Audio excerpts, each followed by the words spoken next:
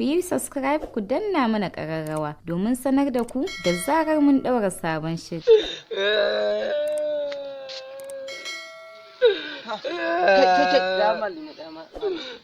Malam me ya faru? Wallahi kawai abin bakin ciki na ya dame.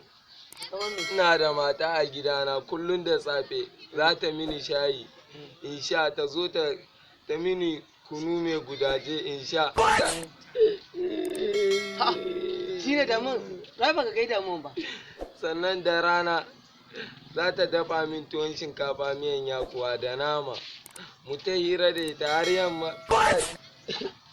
To har yanzu ba ga me damuwanka ba, ɗaya ba guda ɗaya. Sai da daddare za ta min sakwara da nama, mu sha shayi da bota, mu zo mu yi ta kallon fim har gari ya waye. Shi ne ka ɗan zuwa kamar wanda kai aiki ko kuma... Ai ba wannan baka kai damuwanka ba. Babban damuwan shi ne yanzu haka na manta hanyar gidan, ban san ma ina ne gidan ba yanzu haka.